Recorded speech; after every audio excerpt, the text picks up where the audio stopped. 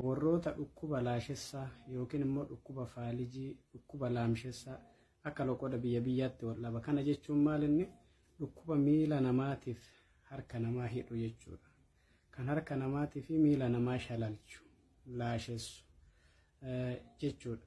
Kanarratti maaltu jira isinitti fakkaate? Namni tokko gaafa harkaaf miilli isaa waa qabachuu dadhabee laasha'ee yookiin laamsha'ee faalijaawee lafatti hafee sababoota hedduu qabaata. Isa keessaa sababoota 2-3 tokko isinii kaasuu danda'a. Tokkoffaa namni tokko gaafa qabbanni isa qabe, qorri isa qabe, qorri sun gaafa turee jedhu narvii ta'a. Narviin sun immoo gara hadoochaa qaama harkisuu hidda namaa kan harkisutti deemee narvii sana boodan gara laamshessaa jennu sanatti fidaa shalalcha jechuudha.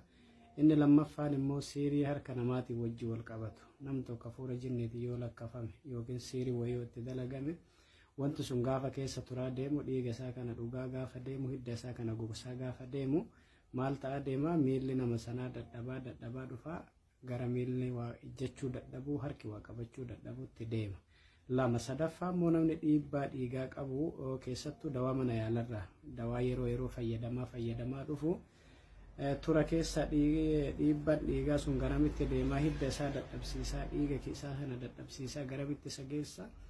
Gara qaamni harkaa miilli laamsha'uu waa qabachuu dadhabuu sanatti isa geessaa jechuudha.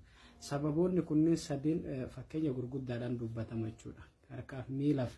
Harkaaf miilli namaa hidhamuudhaaf kan sababa ta'an gurguddaa keessaa sadi qorra, hafuura jinnoota yookiin tolcha namaa, dhiibbaa dhiigatii wajji waan wal qabatu. Kunniin gaafa wal gahee qaama namaa kana keessa ture gara carraa harki namaa akka waa qabachuu hin dandeenye, miilli namaa akka dhaabbachuu hin dandeenye ka godhee harka namaatiif miila namaa hidhee namoota hedduu akkasitti manatti galchee, kiraanchirratti galchee, wiilchariidhaan akka deeman taasise keessa dhukkuboota gurguddaa kanneen jechuudha.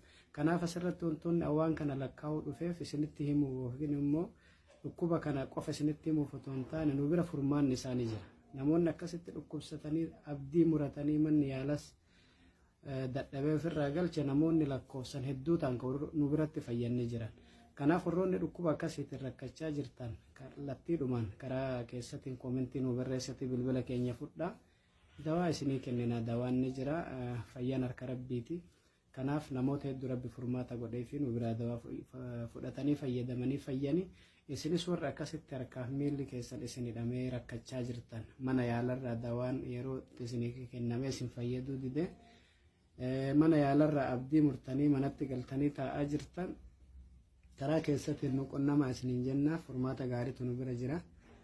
Kanaaf fayyaan harka rabbiitii horaa bulaa.